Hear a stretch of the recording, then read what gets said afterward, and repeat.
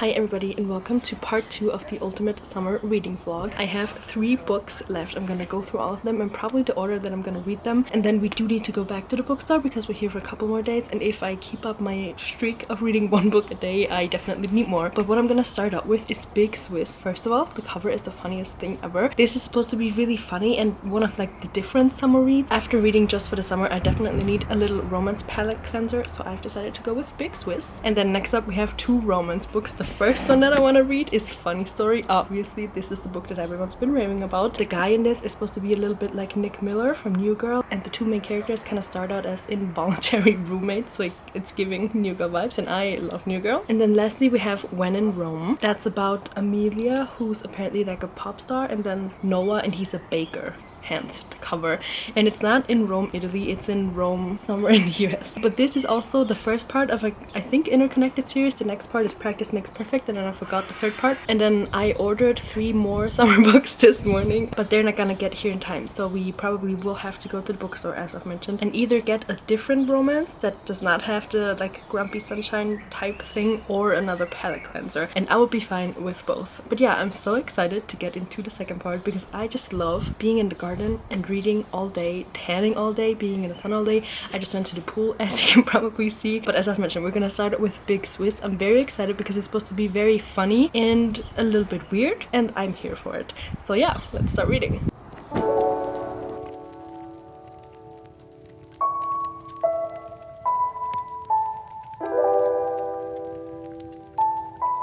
The book is really fast-paced and really funny. I just crossed page 100 and I have thoughts. One of the main characters, Bruce, or is the worst therapist in the world. The things that he asks his patients when they're like sharing trauma, and he just asks about the like most random things.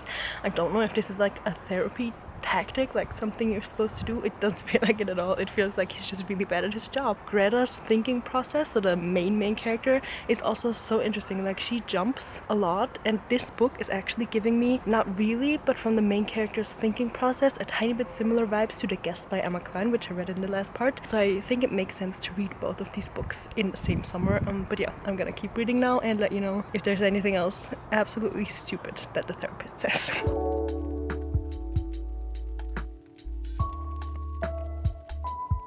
I just drove to a lake for a photo shoot. We were hoping for sunset, but I'm not sure we're gonna get sunset.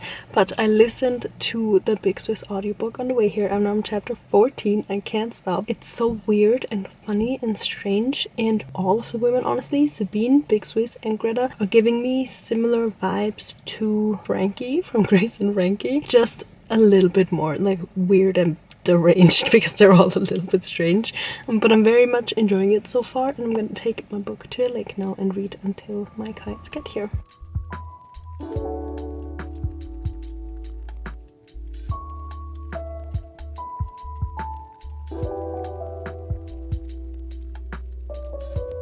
Good morning. So I did finish Big Swiss yesterday. 3 stars. / Bruce turned out to be a better therapist than I thought, or maybe I just got used to his weird questions over time. The one thing that I wish I knew, obviously there's dogs on the cover, and the dogs play a role in the friendship between Greta and Big Swiss in the beginning, because they meet at the dog park, and then towards the end one of the dogs almost dies and that was very unexpected and very tragic, and I would have loved to know about that first. I don't think that's a spoiler. I think that should just be kind of a trigger warning, honestly. It is definitely a book to read in the summer because you probably want to finish this in 1 or 2 days, because to be very honest, I think if I only had like an hour each day to read this, I probably would not be that invested. So I think it's good to read it in 1 or like very few sittings. And that means we can now move on to Funny Story. Before I actually get into this, we're gonna go to the bookshop because, as I've mentioned, we need to buy 1 more book, or at least 1 more book, to have enough books for the whole weekend.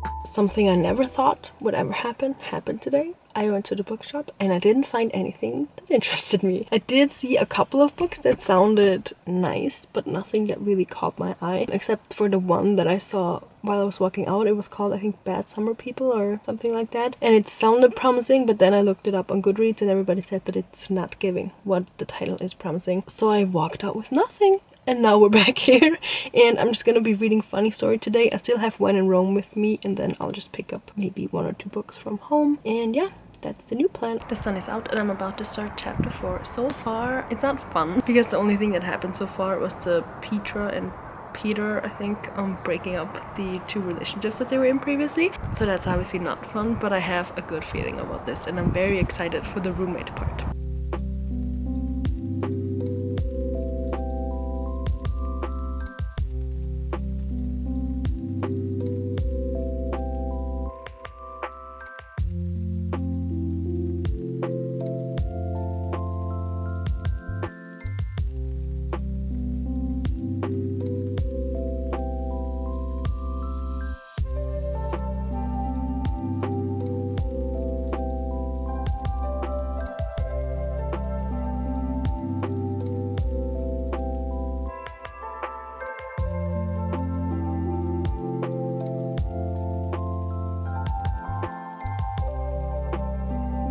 Good morning. I just finished Funny Story. I left about an hour to read this morning and I loved it so much.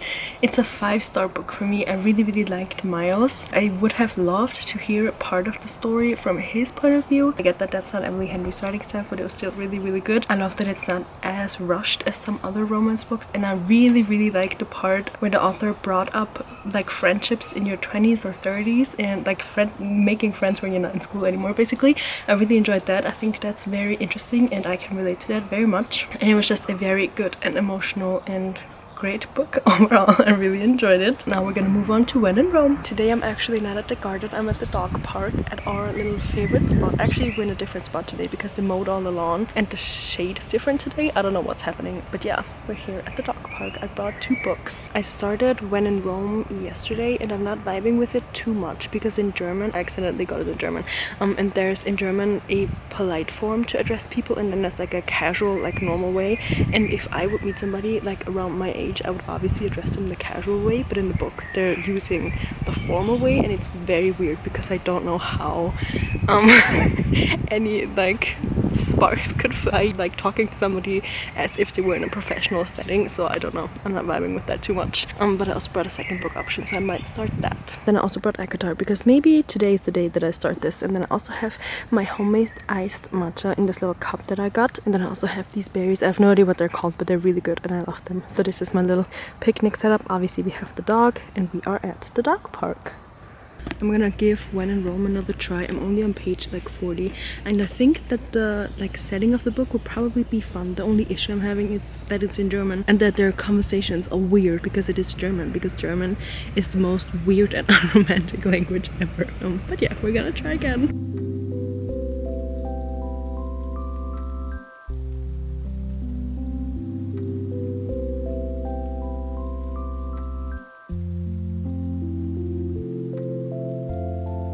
Alright, today has finally come. I'm gonna start Akatar because I just cannot with the German dialogue in When in Rome. I might get it in English on Kindle or something because obviously I don't want to buy it again, or maybe I'll look if I find it like secondhand somewhere in English because I just cannot. But yeah, let's move on to Akatar finally.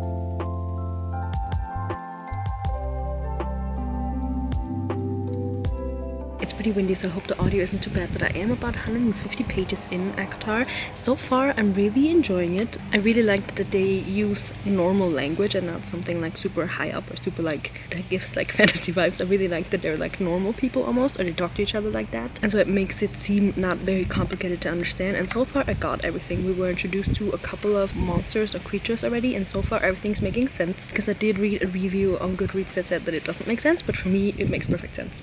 So I'm just gonna keep reading.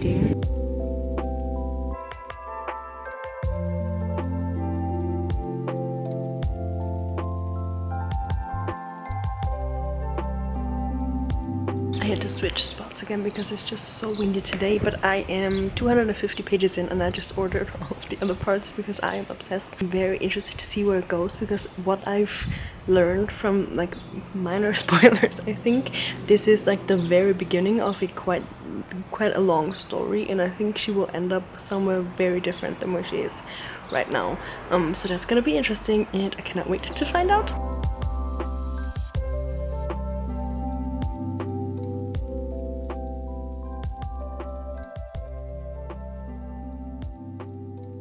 I just finished ACOTAR. It was really good. I really enjoyed it. 5 stars. I've read some reviews and obviously everybody's read the book at this point, so I feel like we're safe from spoilers. I did guess the riddle that was kind of towards the end pretty much instantly. I wasn't sure if I was right because it was that obvious. It was the only answer that came to mind, but I probably in her shoes would not have counted on myself to guess it right. I really enjoyed the world building in the beginning. A lot of people said that that wasn't their favorite and that was kind of boring, but I really enjoyed that. I think the world sounds very beautiful and I really just like being introduced to the nature and the creatures and all of that stuff. And the second like half or the last 100 pages of the book being so different and almost kind of a new plot was also really good for me, because I think that only world building in the first part would have been boring, but since it was like switched up, I really enjoyed it. And I also really like Devyzed, I think that's how you say it, how he was introduced. I thought was really interesting. So yeah, overall a really good book and I'm very excited for the next parts. I have decided to DNF When in Rome for now, just because as I've mentioned the German dialogue I just cannot, but I did get some books that I ordered the other day. This is The Fury, I think in English.